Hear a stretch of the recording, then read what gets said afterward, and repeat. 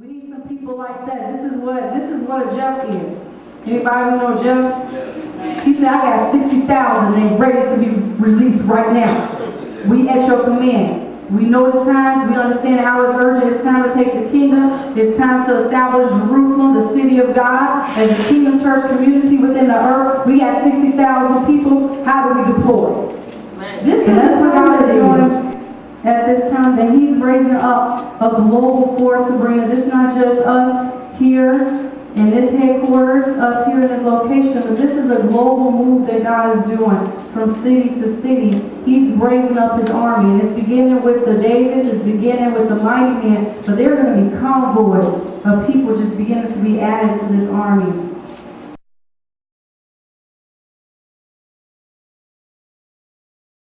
From 1 Chronicles chapter 12.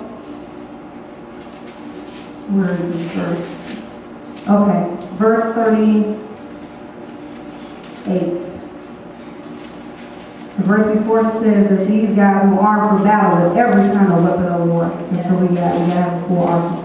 It says all these men of war who could keep ranks came where? To Hebron, to the place of association and gathering of the league, with a loyal heart, to make David king over all Israel. And all the rest of Israel were of one mind to make David king. And I want to say, David wrote a psalm, and he asked the Lord to unite his heart to fear God. And right now, we need constantly to be asking God to unite our hearts to fear Him. The Bible describes God as Jehovah Nissi, as the Lord our victor, the Lord our conqueror. And the first land or territory that God wants to conquer is your heart. We all have a divided landscape in our hearts, where there have been worship to idols, where there's been sin, where there's been division in our hearts. And our own heart is in conflict sometimes. It's warned against the word of the Lord, is warned against our purpose, is warned against what we know the Lord has said. And so we want to continue to plead the blood of our own hearts and say, God, unite my heart to fear you, so that at this time, when it's time to take the kingdom, I can have a loyal heart, a heart that's loyal to you. Because truth be told, there are so many people in the Church of Jesus Christ who don't have a loyal heart. Their hearts, their affections, their allegiance, their worship is divided in so many directions. If it was not so, the church would be more effective in our culture, in our society, in our world. The proof is in the fruit, as Dr. Tim says. And so if in our nation we see fruit of wickedness and unrighteousness, if we see a generation lost in darkness, that's showing us that there's been a church that hasn't been like the mighty man who served Him with a loyal heart, but there's been a church with a divided heart, with different loyalties, with different affections and allegiances. And so we want to continue to ask God to unite our hearts to fear Him. That's about staying in covenant position. Staying in covenant position. Jesus Christ is our covenant. When He died, that blood brought us into covenant with the Lord God. And we stay in a covenant position through worship. Through worship. This is one of the ways we allow God to unite our hearts to fear Him, so that we can have a heart loyal to Him. I was telling Teen Town Friday at X Night that Chinese proverb says, you give a man a fish and you feed him for a day. You know, the next day, 2 days, he's probably hungry. But if you teach a man to fish, you can feed him for life. And one of the key things that I hope everybody who is getting involved in this training center right here called New Church, that one of the fundamental things you have to learn how to do is to worship. Because if you come to a 312 group or to a Sunday worship time or a gathering time, you're going to have good experiences like getting that fish. You're going to get fed. You're going to get ministered to. But a day later, 2 days later, you're going to be hungry again. That's how it goes. And so we need to learn how to worship. And worship is just that place of exchange and communion with God, where you give your yes to Him and He gives His yes to you, where you begin to make that exchange in His presence. And I want to encourage everybody, get you some good worship songs that you can play in your iPod. You listen to CDs. Please invest in this and get something good. It won't even be a lot of songs. It's going to be that 1, 2, but 3 songs that you need to, you put on and it's like, it's over. It's been there, and that song can help, you know, sing what you trying to say, but you crying so hard you can't get it out. And I know for me, one of those songs was a song by Phillips Craig and Dean saying, I'm crucified with Christ. Let me see how. Because I want you to get an example of the kind of song I'm talking about. Not just songs that declare your victory or be like, the devil said I got my joy, but songs that help you to make that extreme force will wear out. You're going to get excited for a minute, but it will wear out if it's not being fueled in the place of worship. I like to tell people that worship is what fuels our zeal, and the word is what informs our zeal. Because you can be zealous and uninformed. And we want to work with that because we all come like that, especially young, we come like that. But we want to be a people of the word because we need to be informed in our zeal. We need to be formed in our zeal. Amen? So these are critical parts. They weren't just good soldiers. They had a loyal heart. And it says that they were of one mind. And so we want the Lord to do that. It says, and the king and his men went to Jerusalem against the Jebusites, the inhabitants of the land, who spoke to David, saying, you shall not come in here, but even the blind and the lame are going to repel you. They were thinking, David can't come in here. But verse 7 says, nevertheless, David took the stronghold of Zion. That is the city of David. Let's keep reading. It says, now David said on that day, whoever climbs up by way of the water shafts and defeats the Jebusites, the lame and the blind, quote unquote, who are hated by David's soul, he shall be chief and captain. David was funny. Therefore they say, the blind and the lame shall not come into the house. So I want to make a couple of points here. First of all, we already emphasized that the Jebusites are illegal occupants and they're trotting the holy city of Jerusalem underfoot, which God had already purposed in his heart to be the foundation of his throne. Now, when God purposes in his heart, you don't want to set yourself against that purpose because God is going to have what his heart desires. And in this day and age, in the hour in which we are in right now, God has purposed in his heart that his city is going to be manifest in every city of the world. That Jerusalem is not just going to be a physical capital of Israel, but Jerusalem is going to be a reality throughout this globe. Yes. And that there's going to be a manifestation. And God has purpose in his heart. Let us not set ourselves against that. But we want to work with him and be a participant in what his heart desires. And tell me if what the Jebusites said doesn't sound a lot like the structures and the powers of darkness that we hear today. Man, we got this sold up.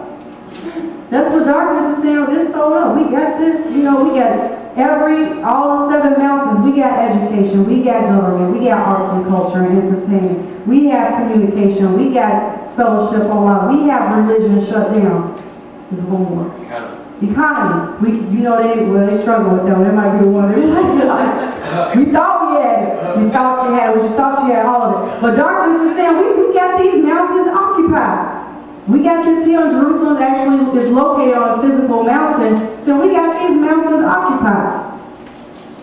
And no matter what the church tries to do, even the weakest link within darkness can keep the church from advancing. But God is saying, no, you ain't never seen this church. We got Benaiah in this church. You ain't never seen what Benaiah can do. We got the mighty men up in this church. We got Jeff in there. You ain't never seen no con in the church. I guarantee it. I guarantee it. And anyway, David is a type for the Christ. At our head is Jesus. He is the king and he wants it. Yeah. And he said, and my Father already decreed it from before the foundation. Yeah. And so David stood and he said, who's going up the water shaft? I'll give you some right. God has no problem with quoting people. Right. That's another thing we kind of do get twisted in the church. It's not about it's not, but at the same time, for the people who do his work, God is promoting them. And he is advancing. And I don't know what it looked like to go up the water shaft. But Joab did, and you best believe he was the commander of the entire armies of David. He went up the water shaft, and God is looking for people right now. Kyle, we're going to go up the water shaft. We're going up the water shaft. Riverman. I'm looking for some Riverman people up here. Who's going up any means necessary. And that shows you that Joab and the men, the mighty men who were David, were confident in the word that God has said. Yes. They were loyal to David. They were confident. God has said this. We're going up. No one, I don't care how occupied and fortified you think you are. The city of Jerusalem was so difficult to conquer because it's on 3 very steep slopes. And there's basically the side of the north that we like to sing about here that is kind of a little bit less steep, but it's still on a mountain, and they have had it on lock for centuries. But God said, I don't care how long you've had this mountain on lock. Give me this mountain. Oh, absolutely, you can give me that. Joab, go up this water shaft and go deal with it. And he said, the quote-unquote, the lame and the blind, whom my soul hates. God hates some things. He hates that which set itself against his purpose. God hates darkness. He said, which my soul hates. He's saying, Paris, son, it's some darkness over here. My soul hates this. Please go ahead. Go take care of this. I don't even know if David fought. He probably did because he just liked to. But he probably didn't need to, but now you know, hold him down. So let me say this. On this first gathering of the army, the word is that it's time to take the kingdom. Yes. And we're gathering at Hebron as an association, as a league, as a fellowship. And we are becoming skilled in our warfare. Kenny preached a week or so ago talking about your weapons. You need to know your weapons. I was talking to somebody recently, what's your gifts? What are your gifts? What are you good at? What is God saying? Even if you don't know you're good at it, but He prophesied that you're going to be good at it. Get it by faith and get it by spirit. What are your weapons? What do? You talk, you write, you sing, you shout, you dance, you create, you publish. Know your weapons and become skilled in your weapons. These were not unskilled people flocking. We are here as a training center to get you skilled in your weapons. You need to know your role. What's your role? Everybody in the army has a role. This is no standby. This is no watching. This is no sideline. This is everybody has a role. And everybody's role is strategic. And number 3, know your company. You need to know D2O inside and out. What is D2O? What is D2O about? What is NCCO? What is the New Church Community Fellowship? What is this? Know your company. Because they came not only as individuals, but there were companies that they were set in so they could be more effective in their objectives. What mountain or mountains that God has anointed you to take. And the spirit of Caleb, who was, of course, from the tribe of Judah, when he first saw Hebron centuries before David even occupied that as the staging point to take Jerusalem, Caleb stood there, but the prophetic spirit of God on him and said, give me this mountain. This is the one I want. We need to look at the mountains. We know fellowship, we all got occupied it, because that's going to take all of us, because it's fellowship. Mountains of government, really, there would be certain mountains that God may have you to focus on, or to impact in greater ways and to possess. So know those things. The Lord has issued the call. He's uttered His voice. He's gathering His army. So we need to know the time, we need to answer the call, and we need to join the league.